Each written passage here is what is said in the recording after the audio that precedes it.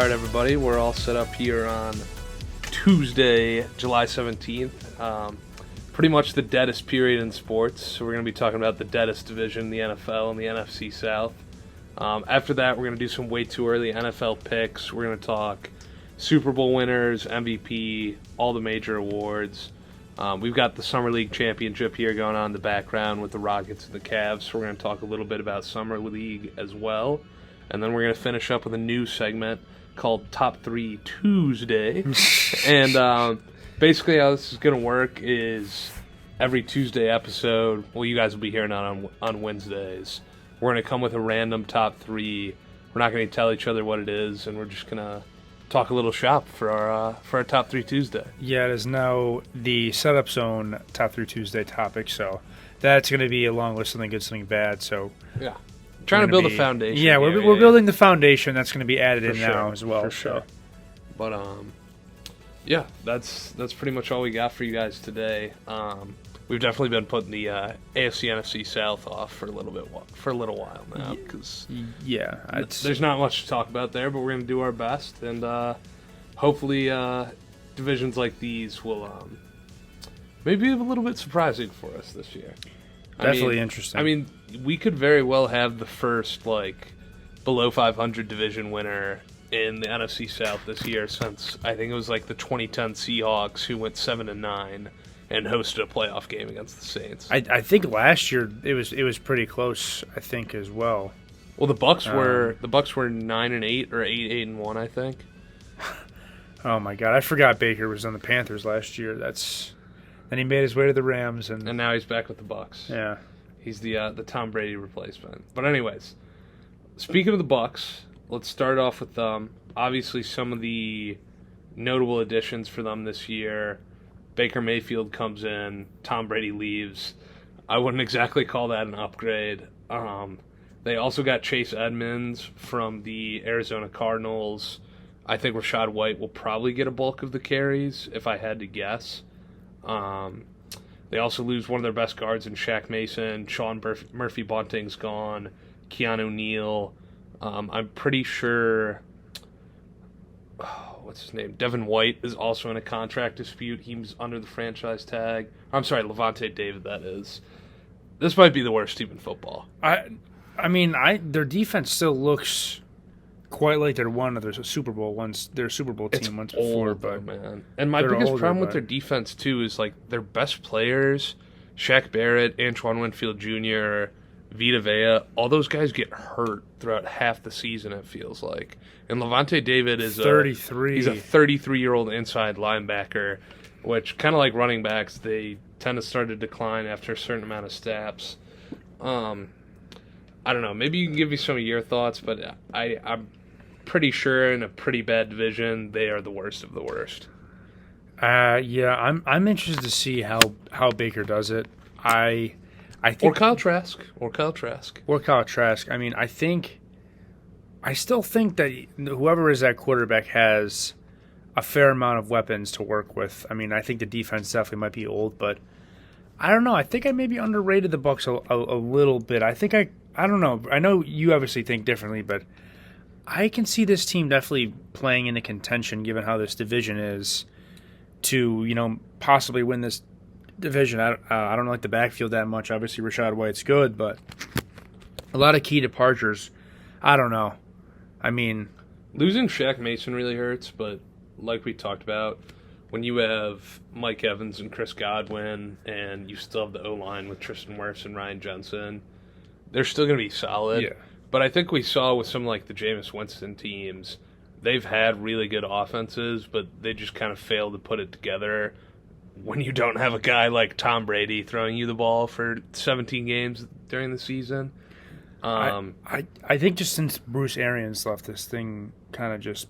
Yeah, but that's for sure. One of the other things I'm looking at, though, is you had Tom Brady pass for 4,000 yards last year, and they were still barely a 500 team. Do we think with the departures that they have and swapping Brady for Baker Mayfield, who's now on his 4th team in a year and a half, they're going to be able to play competent football over a full season sample. Yeah. Maybe I'm just not buying it. Who knows? I mean, this division's totally up for grabs. It's awful. I think they also had some bad instances of injuries as well. I think they didn't necessarily have their backfield or whatnot figured out. And I don't That's think a fair point. I know he's really old, but Lenny's still not re-signed either to any team. Yeah, Lenny might not play football in the NFL Which is just again. like, it feels like he just debuted. It's He might be one of those Melvin Gordon, Jeff Wilson, week 8, your running back gets hurt type of signings. I mean, yeah, he's 28. It's not. That's so crazy to me that like you literally are considered an old running back if you're past 28. It's just.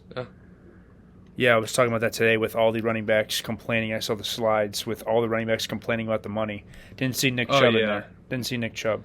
Well, I think that was mostly Jacobs and Saquon both didn't sign their $10 million franchise tag because they're looking for a long-term deal. But, I mean, even though they're great players right now, to be totally fair, a lot of teams would rather underpay or move off those type of guys sooner rather than later. Because I don't feel like there's a position quite like running back in football where you're going to see that steep of a decline. Like 2 years out of your prime, you're already not a very serviceable running back. I think it's the same reason Dalvin Cook didn't get paid by the Vikings this offseason. Yeah, it was Najee, who's been in the league for 2 years, Eckler, Saquon, McCaffrey, and Jonathan Taylor were all complaining about the money market. Najee Harris has got to learn how to run in a straight line before he can start complaining about money. And Derrick Henry also backed him up as well. Yeah, I mean, Derrick Henry might be on a different team by the start of the year. But you know what I find a common thread with all 5-6 running backs that were like that, except for JT? All of them aging and getting older. Yeah, exactly. But, yeah, listen, there's not much to say about the Tampa Bay Buccaneers this year, so let's move on to the New Orleans Saints. Derek Carr, obviously, their so-called splash signing of this year. He's I think still a serviceable quarterback. I don't really know what happened with him in Vegas at the end of last year. It all seemed kind of muddy the way he was kind of just dismissed from the team. They tried to trade him. He ends up getting released because there's no trade partner. The Saints kind of just waited it out, and they signed him to a multi-year deal. He's got Alvin Kamara, who's obviously getting older. You bring in Jamal Williams, who was a great running back in the red zone last year. I think he was the touchdown leader for most of the season. Chris Olave obviously had a really good rookie season. We'll see if Michael Thomas can get off a stretcher for this year. But there's definitely weapons in the Saints offense. And outside of his 1 year, well, 3/4 of a year Derek Carr had with Devontae Adams, I'm not sure he's had like this ensemble of offensive weapons to throw to throughout his entire career. I mean, yeah, I would say that's sort of fair. I mean, I think definitely last year, though, coming into the season for Carr, those weapons were by far superior to the ones he has right now. For sure. That's fair. I think what happened last year to Carr was I think he folded under pressure. I think getting Devontae was a dream come true, and he wanted to execute that dream because it was something they longed for. And I think the pressure just got to him. Like we saw Derek Carr making overthrowing guys way over their head. I remember specifically there was a one Monday night game, I think it was against the Steelers, where it was just like he overthrew like 10, 15 passes that were just absolutely terrible. And I think it was a week or two before he actually got benched. But I just think he ultimately blundered under pressure being there. I think now moving into New Orleans, they're kind of a team that's trying to figure it out. Derek Carr's trying to, pick up the second legs of his career. I like this team. What do you specifically think about this defense? It's hard to say just because the core of their defense, like Marshawn Lattimore, Tyrann Mathieu, Demario Davis, Cameron Jordan, none of these guys are getting younger. Obviously, they've been good players for a half a decade, if not longer, but they're still in cap hell from like the Drew Brees era. A lot of these guys are getting paid a lot more than they should be. It's kind of like the reverse from their offense. Like on their offense, outside of like Derek Carr, who seems like a bridge guy for them, it's a lot of like younger guys on shorter term deals. And then on the flip side, you have this defense filled with aging vets who are making probably more money they should be near the end of their contracts. I think it's sustainable for this season, but if I'm looking at next year and the year after, it's going to be time to kind of look towards the draft and look towards some long-term players, especially on their defensive line. I know they drafted Brian Breeze out of Clemson, who's supposed to be a pretty good run stopper. Isaiah Foskey, too, they got this past offseason. They probably have the best division, or the best defense in the division, but at the same time, is that really saying much? I mean, we looked at the Buccaneers. They're kind of in a similar situation. The Panthers' defense is a little younger, maybe a little bit better.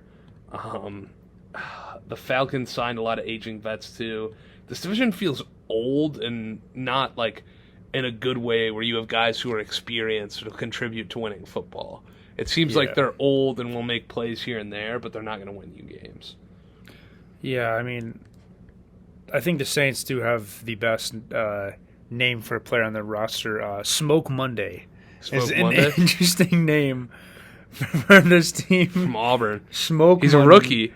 That's just an absurd name. I don't know. Will Lutz is love me some kickers, but yeah, I mean, they are older. I just think the Saints' defense are always in our lifetime have always been good. For sure.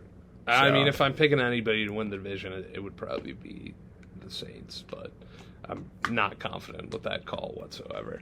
Yeah. All right. They might. Here's what I'll say about the Saints. Closing thoughts. They may end up being the best team in this division, but I think they will be the least enjoyable team to watch.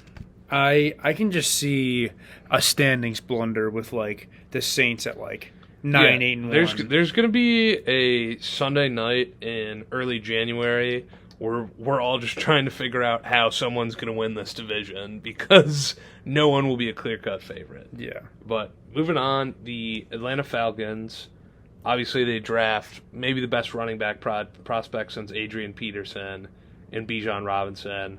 I think he's the odds-on Rookie of the Year favorite. Jesse Bates was a great signing for the Bengals. Happy he's gone. Yeah, happy he's out of the division for sure. Bud Dupree as well, I think, could be a really good addition for them. Calais Campbell, obviously. Hey, Saxonville. He's the king of Saxonville himself, Calais Campbell. 36. He's oh my God. That's where I was going with that one. He's he may no longer be a winning player. He's turning into the Akeem Hicks and Ndamukong Suh type of D tackle for a lot of these teams. Oh my gosh. Zach Harrison was a pretty good draft pick out of Ohio State as well. I liked that.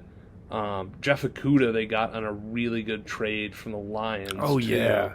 Obviously, he hasn't been as good as he was supposed to be, being a top 10 pick. But if you can get a highly touted prospect 2 years removed from his draft at that type of bargain, I think you go for it 10 times out of 10. I mean, let's just be honest. The biggest problem for the Falcons is just who's throwing the football. I think who's catching it as well. That might be the worst receiving core I've ever seen. Yeah. Drake London was probably the Rookie of the Year favorite going into like Week 7 last year, and he pretty much fell off a cliff after that. It doesn't help when you have Desmond Ridder and Marcus Mariota throwing you the football. We'll see if we get some Taylor Heineke magic at some point in the season. He should start the year. But that's the other reason I'm looking at Bijan to have an amazing year is because when you don't have a guy who can throw it more than 40 yards down the field, you're going to be handing the ball off a lot. And the Scotty Miller, it doesn't look great, especially when Kyle Pitts just has not broken out like you've expected him to. We talked about some of the veterans on defense. I mean, Grady Jarrett's still one of the best defensive tackles in football. Don't get it twisted. AJ Terrell obviously didn't have as good of a year last year, but we've seen him at his best, and at his best, he's an all-pro corner. Yeah. I could see them winning the division, but at the same time, I could see their QB play holding them back a whole lot, and they just end up being like a 4-5 win team, and they're in the Caleb Williams sweepstakes. It's going to be I think they'll be a fun team to watch just because they have some younger weapons on offense, like Bijan, Drake London, Kyle Pitts.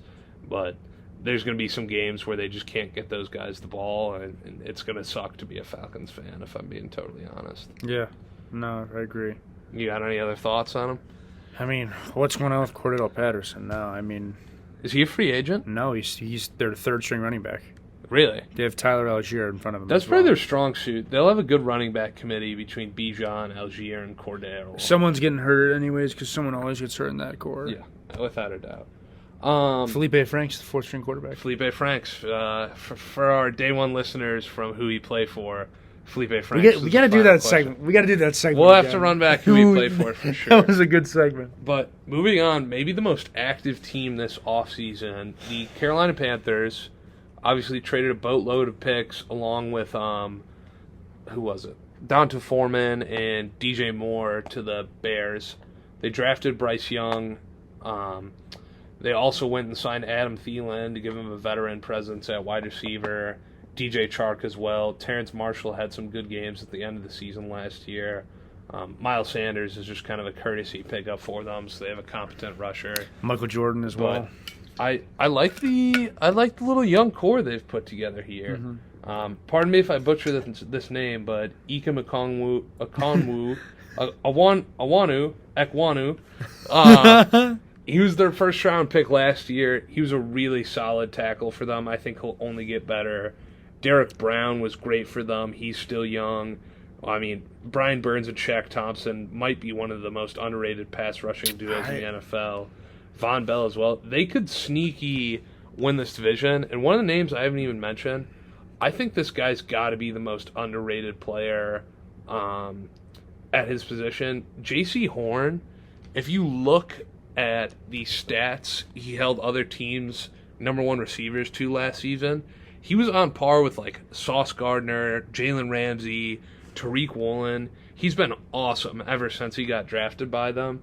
They are, if Bryce Young pans out and he can give you at least some type of like good QB play for 10, 11, 12 games this year, they could end up winning this division in a runaway. I think this defense is nasty. I'm not gonna lie. I think it's just a bunch of really good talent as well. Von Bell is a great pickup as well. Happy he's out of the division. Thielen, Chark, Marshall. Obviously the Laviska Shenault last year pickup as well. For sure. I would say the two biggest things holding this team back are obviously just experience and maybe not the best wide receiver core. But out of every team we've talked about so far, I feel like they have the highest ceiling by far going into this year. They do. You know what I mean? They just have a lot of guys who could end up breaking out or becoming like Pro Bowl type players going in next year. Their defense kind of like, just because of how bad the division was last year, their defense kind of just played them into playoff contention in a way in the last couple of years. It's just like, oh my gosh, yeah. Yeah, but not gonna lie, that was pretty brutal talking about that division. Absolutely terrible. Go Saints. Go Saints. We may have our future vested in that just a little bit. Yes. But yes, we do. Moving on here, we are gonna go over our way too early NFL season picks. Okay. What do you want to start with? So I think we should do Super Bowl champ last. Okay. You want to go Coach of the Year? Yeah, so you can go first with your Coach of the Year. My Coach of the Year pick is Jacksonville Jaguars' Doug Peterson. Okay. I think they're going to make pretty easy work of that division. And to be totally honest, when you get to play the Titans, the Texans, and the Colts twice a year each, I don't know. I like them to do some damage and at least make some noise and maybe be a 1 or 2 seed going into next year. Okay, yeah, I mean, I like that. I think with mine, I'm going to go with, you think Andy Reid could get one? I don't think so. I think the thing with Coach of the Year is they always look for guys who, like, made more out of roster than people thought. So it's like, okay. I think guys like Dan Campbell with the Lions, they could have a good year. Dable can't win it again. Yeah, maybe Sean Payton going to the Broncos could end up winning it if he turns them around. I'm gonna go with Robert Saleh from the Jets. I don't hate that pick at all. I'm gonna go with him.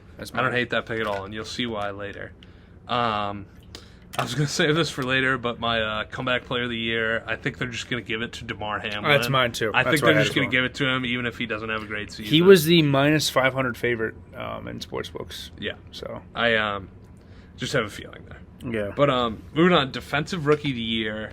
I know a lot of people are going to be eager to take like the edge rushers like Will Anderson, Tyree Wilson, even Jalen Carter for that matter. But I think with how good Tariq Woolen was last year, he's going to match up a lot against teams' number one receivers.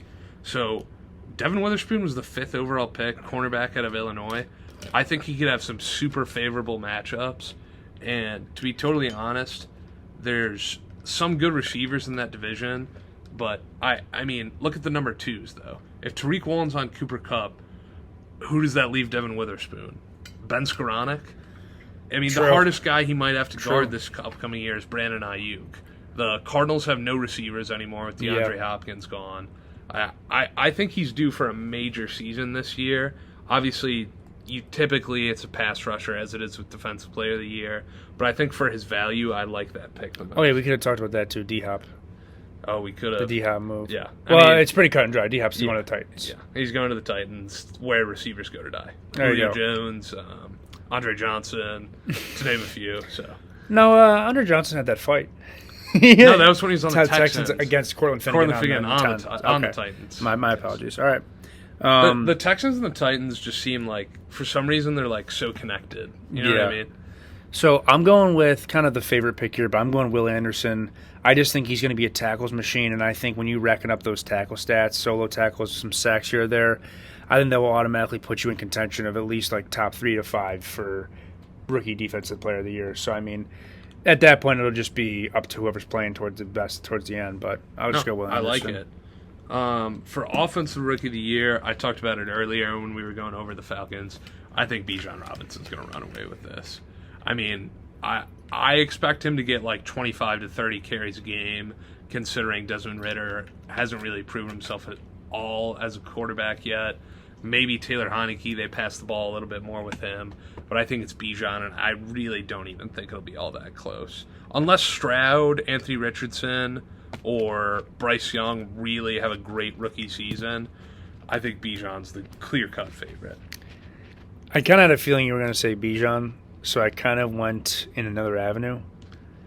And a name you didn't mention. Let me bring up Jackson Smith and Jigba as my offensive rookie of the year. I don't hate that pick. The only reason I'm hesitant to take him is because he has DK and Tyler Lockett probably ahead of him in the depth chart. I think that will play to his strength, though. I think teams will be more focused on them, and he'll be more of a flying under the radar guy. So that's just my prediction. So I'm going him. Yeah. For Offensive Player of the Year, the homer in me really wanted to take Nick Chubb, but I was thinking about this one guy, and it kind of shocks me that he hasn't won an Offensive Player of the Year yet, because he's been the best at his position for a long time now, and he's been on some really good teams, and he's always been the leading pass catcher. I'm taking Travis Kelce. I mean, they don't really have anybody else to throw the ball to there. I know a lot was made out of that last year when Tyreek Hill left, but I think he's due for one, and I know he's getting a little bit older, but I think his receptions and his targets and his just overall production is only going to increase as time goes on, just because they lost Juju now. So who's their number one receiver? Their receiving, Kadarius Toney? Their receiving core is not great. I know it's weird to take a to tight end. I know it's really weird, but I think if there's any year it happens, it's this year with Travis Kelce. Mm-hmm. I overlooked that one. That's fair. The one I picked, and I know he was a little injured last year, but I think this year's the year. I'm going Jamar Chase. I almost picked Jamar Chase. I just think that now with how the Bengals are, I think he'll be a little bit more healthy. I think this year is a year where he's just going to tear it up again. I just really can't see anyone stopping him necessarily. So, other than Denzel Ward, and hopefully, and our guy Martin Emerson. How much for? I hope, but yeah, Depoy.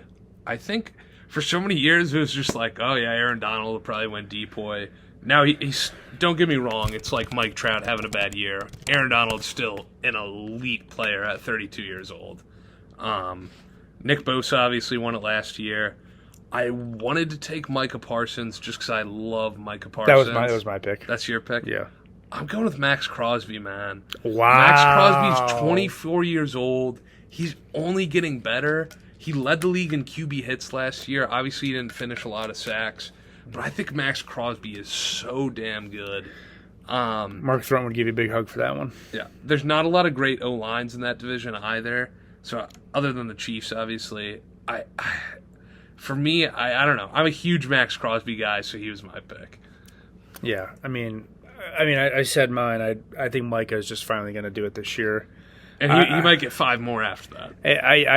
I know Max is really big on him. I think Max texted me while the season was going on last year, talking about how Micah might be one of the best defenders we see in our lifetime. So I mean, it's more than fair.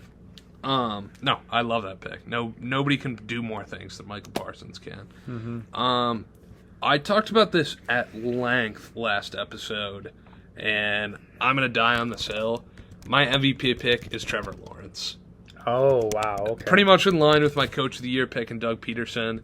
I mean, the weapons are there. Calvin Ridley, Christian Kirk, Etienne, Evan Engram. That O-line is solid. The defense is going to give him support. I really, really like Trevor Lawrence this year for MVP. It's easy to say Mahomes or Allen or Burrow. I kind of went a little bit of a different route just to switch it up, but I'm still pretty confident in this pick. I mean, obviously, you're kind of, when you're talking about stuff 8 months down the line, you're kind of just throwing shit at the wall and seeing what sticks. Yeah. But I feel like the stars are aligning for the Jags, and that's why I like Trevor Lawrence going into this year. Mm-hmm. Yeah. So with mine, I can't not take it. I'm going with Mahomes again. His receiving core is worse. It's the smart pick. His receiving core is worse. He's going to do so much more with the little amount that he has. It doesn't even matter. Like it really doesn't matter who he has in who he's throwing the ball to. Mahomes is going to be the MVP, which reminds us, Max and I have homework to watch that quarterback series on Netflix. I know it's number one. Oh, yeah. We'll have to do a little documentary review on it. It was number one on TV shows for Netflix, so we're going to have to check that out, yeah. Who's your Super Bowl pick, man? I'm going the Niners this year. I think they had an unfortunate run last year because of the injuries with Brock Purdy, and I know they got blown out by the Eagles. I think that game looks a lot different, though, if they have Purdy. Even really whoever is at quarterback, I just think that system and their defense is just set up for victory. So I think it's going to be them this year. That's my pick. You have them winning the Super Bowl? I have them winning the Super Bowl. Who do you have them playing? I think they're going to play the Chiefs. Yeah. I think we're going to get a little rematch of, what was it, 2019? 2018? Yeah. So, again, may have gone a little bit of a different route, but I have the New York Jets. Oh, my God. Playing the Philadelphia Eagles in the Super Bowl. I think the Jets go all out. I don't know if this is Rodgers' last year, but I think with these receivers not being injured at the end of the year like he was last year, he's going to be a top 5 MVP guy. I think they make the Super Bowl. They beat the Chiefs in the AFC Championship. The Eagles beat the 49ers in the NFC Championship. And I think the Eagles take it home against the Jets in a shootout of a game for, what is it, Super Bowl, what are we on? Like 52 now? 58. 58. Look at that. Yeah, that's my pick. So okay. Those fair. are our way too early NFL picks. I mean, we got preseason starting really early August, the 3rd of August. It's the Hall of Fame game or 3rd. preseason? Preseason. Okay. August 3rd is the first preseason When's game. the Hall of Fame game? Isn't it the Browns game? Yeah, it's Browns-Jets. I think it's the 3rd. I think that's the first game. Yeah, August 3rd. All right, look at that. So, and then I think they play again during, like, around Christmas later in the year, too. Mm-hmm. Yeah. But, all right, we're going to talk a little bit of Summer League here. Obviously, sometimes expectations can be tempered when the regular season comes around, but we're going to make the most of the little NBA that we've gotten this summer. I'm just curious, from your point of view, who are some of the rookies and the second-year guys that impressed you more than you maybe thought they would have? Whose stock rose for you after watching Summer League? So obviously Cam Whitmore, Keontae George. I think Sam Merrill had a great Summer League for the Cavs. Yeah, he was first team. I have written down, I'll read them, the first and second teams. First team was Keontae George, Sam Merrill, Orlando Robinson, Hunter Tyson and Cam Whitmore. That was the first team. Hunter Tyson actually had a really good summer league, which I watched him play at Clemson last year, and he was just absolutely dominant for them. They didn't make the tournament, but still it was a very, very good season for him. Really underrated. I kind of didn't like the pick from the Nuggets at first, but he was averaging like 21 on 51% shooting and 58 from three. Then second team was Lakers own Max Christie, Javon Freeman Liberty from the Bulls, Xavier Moon, Amani Bates, Jabari Smith, and Jalen Wilson from the Nets. Yeah. So one of the things about Summer League every year that I think is hilarious is there's just a group of guys who are like, oh yeah, I'm going to play Summer League. I got to work on my game. And then after 3 or 2 games, either, I don't know who it is, but someone just determines they're too good for Summer League and they don't play a single game after that. Wemby. Guys like those are Wemby this year, Chet Holmgren, Jalen Williams, the Santa Clara Jalen Williams. Jabari Smith was amazing in Summer League this year. Tari Eason was like that too. Keontae George surprised me a lot, especially with his shooting. I mean, I think going in, that was one of the biggest concerns people had was if he would have a consistent jumper, and he was great all Summer League as far as shooting goes. Obviously, Cam Whitmore is still playing. I mean, I don't really understand the logic. I know he had some injury concerns, but with him, it's like some of these teams, man, are like some of these really, really historically bad teams are like afraid to take a chance and get better with a guy like Cam Whitmore, and it just feels like he's going to make them pay because he was arguably Summer League MVP. Yeah, for sure. I mean, I also liked Kobe Brown. He also played, just out of Missouri. I think that was a good pickup for them. He led to a lot of their wins in March Madness as well. Kind of a bigger guy, weird build. So he's like 6'10", can shoot, can do it all. I think he was really good. Obviously, the Thompson twins were when they played were as expectations. The video of the steal, Ajar Thompson with the steal, and then the reverse lob. That was absolutely sick. Yeah, it was like Grady Dick too. Staying with the Pistons, though, I think James Wiseman's got to be the first ever second overall pick in the 4th year of his career that's playing in Summer League. Yes, but yes. No, I mean we don't want to make too much of it, obviously, because we've seen Kevin Knox and Killian Hayes look like Michael Jordan in Summer League. So you never really know what's going to happen. But I think it was just refreshing at a time where we don't really have anything outside of baseball to watch. Yeah. Just to have a little extra sports content on TV every day or so. I also liked Jordan Walsh from Boston, the Celtics as well. Arkansas, do it all around defender. Is he the guy with alopecia? Yes, he is. He's I think a sneaky player, going to be kind of playing for them too. But yeah, I liked what I saw from a lot of the young guys, so it was good for sure. That's about all we got for Summer League. Moving on here, we're going to do, it might be a little bit trial and error with our first ever Top 3 Tuesday. Tuesday. Do you want to lead it off here, or do you want me to go first? I'll lead off mine first. So, actually, Max, do you want to explain how Top 3 Tuesday works first? Yeah, I talked about it a little bit at the beginning of the episode, but basically what Top 3 Tuesday is going to be is each of us aren't going to tell each other what it is, but we're going to come in with a random top 3. It can have to do with sports, culture, just like life. Anything. Literally anything, you name it. You put together a top 3. You explain your picks. Mine might be a little bit at length today, but yeah, just we're going to figure it out as we go. So go ahead. So my topic for the first Top 3 Tuesday for me is going to be the morning of when you are waking up and watching the bottom bar scroll to see if your school is off for the day off of a snow day. I'm doing top 3 for snow day activities. I like that. So I like that a lot. My first, and I know it seems kind of like a basic topic, but my first obviously is sledding. I know for me personally, when I would get the call for a snow day, I would immediately go take my home phone and call my friends. It'd be at 8:15 in the morning and be like, hey, let's go sledding at the rec center, the big hill. And then it would just be like the entire of Ohio would be at this hill sledding, which was great. The next would be going to a friend's house. I wasn't allowed to hang out with people and go to their houses and stuff on weekdays. But if there was a snow day, you were able to wake up in the morning and coordinate that pretty well.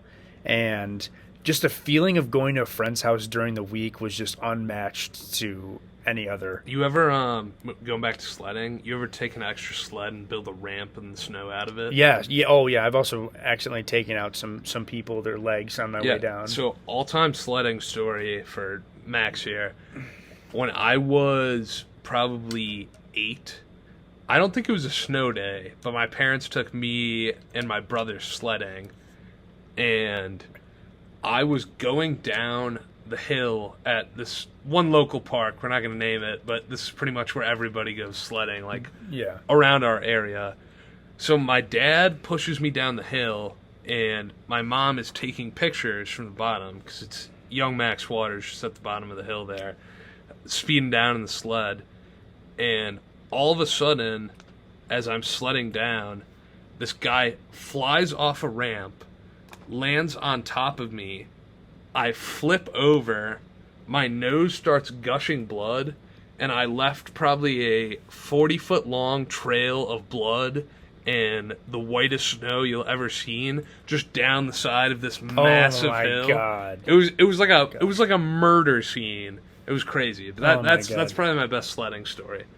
Yeah, I mean, just going down the ramp many times, and then my last out of the 3 would be building a snow fort. And I know people would build one every so often, but like my neighbors and I would have snow forts just like built all the time in everyone's yard. Oh yeah, and like just Fort like Knox. Just like tunnels, mini igloos. We'd sit inside, hang out, do stuff like that. But it was just awesome at the time for when it was. Do you ever build 2 separate forts at each side of the yard and throw snowballs from one fort to another? We did like walls, so like Yes. it'd be a big wall. The for best each. was you ever have one of the snowball makers? Yes, those were ahead of their elite. time. Those were elite. Those were ahead of their time. All right. So I went with a little different route for my first ever Top 3 Tuesday. We're sticking with sports for mine. It's going to be the top 3 guys that owned the line of scrimmage of all time. And maybe it's not the 2 top 3, but it's just 3 guys I kind of wanted to talk about here. Some honorable mentions that definitely deserve to make the list. Ray Lewis, Mike Singletary, Jerome Bettis, Larry Allen, all big-time own the line of scrimmage guys. But starting it off here, at number 3, it's the Super Bowl champion, the 6-time Pro Bowl selection, 3-time first-team All-Pro, one-time second-team All-Pro, and the Tampa Bay Ring of Honor, Mike Allstott. One of the greatest fullbacks of all time. Don't know how he isn't in the Hall of Fame. He's truly kind of the last of a dying breed of just like pure diesel football guys. I think a fullback draft would be kind of a good one. Maybe fullback draft would be good. We might have to tap into that. Yeah. Let me put it this way: Mike Allstott moved the line of scrimmage more than Amazon moves packages. Let me just say that. He was a semi-truck collision personified. Hall of Fame administrator of pain. A former NFL executive is quoted as saying, Mike Allstott was going to shove a football up your ass on the way to the end zone and turn you into Muppet as he carried you. I don't know if there's anybody who just personified the football of sport, or the sport of football, with the neck pad, no gloves, wrist and ankle tape. Mike Allstott was all business, let me tell you what. What about was it Mike Tolbert? Mike Tolbert maybe deserved to be on this list as well. Number 2, the 21st pick of the 2004 draft. Let me tell you something. The New England Patriots had the choice of either this guy or a 2-ton boulder to draft at 21. He's a 5-time All-Pro, 2-time Super Bowl champ. It's Vince Wilfork. Oh, yes. Vince Wilfork probably spent more time in the trenches than a seasoned World War veteran. One of the best stories I could find about Vince Wilfork was one time he went to Florence, Italy on a vacation with the Kraft family, Robert Kraft, owner of the Patriots, and he tried to get a custom leather jacket made in Italian leather. The tailor was blown away by his size and is quoted as saying, "I have never seen a man of quite your size." Robert Kraft said the custom jackets were at a fixed price, and the tailor said he couldn't afford to make one that was a price suitable for Wilfork because it would cost him too much in leather to make a jacket that would fit him. Oh my god! I remember him for his training camp outfits. Oh, you ever seen the ribs? The ribs overalls? Yes. Those are great. Yeah, pretty much the only person that could move Vince Wilfork was himself. Yes. And sure. last but not least, the 2008 AP Defensive Player of the Year, 2-time Super Bowl champ, multiple-time All-Pro. He arguably has the greatest play in Super Bowl history. We might as well take a moment of silence for all the souls this guy claimed on the gridiron. James Harrison. Oh, yeah. Most kids grow up with nightmares of ghosts or vampires or whatever it might be. I grew up with nightmares of James Harrison hurling Colt McCoy and Mohamed Massaquoi across the football field. I think in 2009 he may have inflicted more whiplash than the total traffic accidents consumed across the entire United States. He's a scary man. He was built by titanium and fueled by rage and pure diesel. James Harrison is an all-time football guy, and he's number one on my list for guys that control the trenches. I also like that video of him playing medicine ball volleyball on the sand. What a lunatic. Yeah. What an absolute lunatic. Oh my God, that's such a good one. Yeah, that's a good top 3 Tuesday to start. Yeah. I like that. So let us know what you guys think. That's going to be our hopefully reoccurring segment for our Tuesday episode. But I think that's all we got for you guys today on episode number 11. Episode number 11. Lucky number 11 of the setup. Mm-hmm. So we're powering down here, and we'll see you guys soon.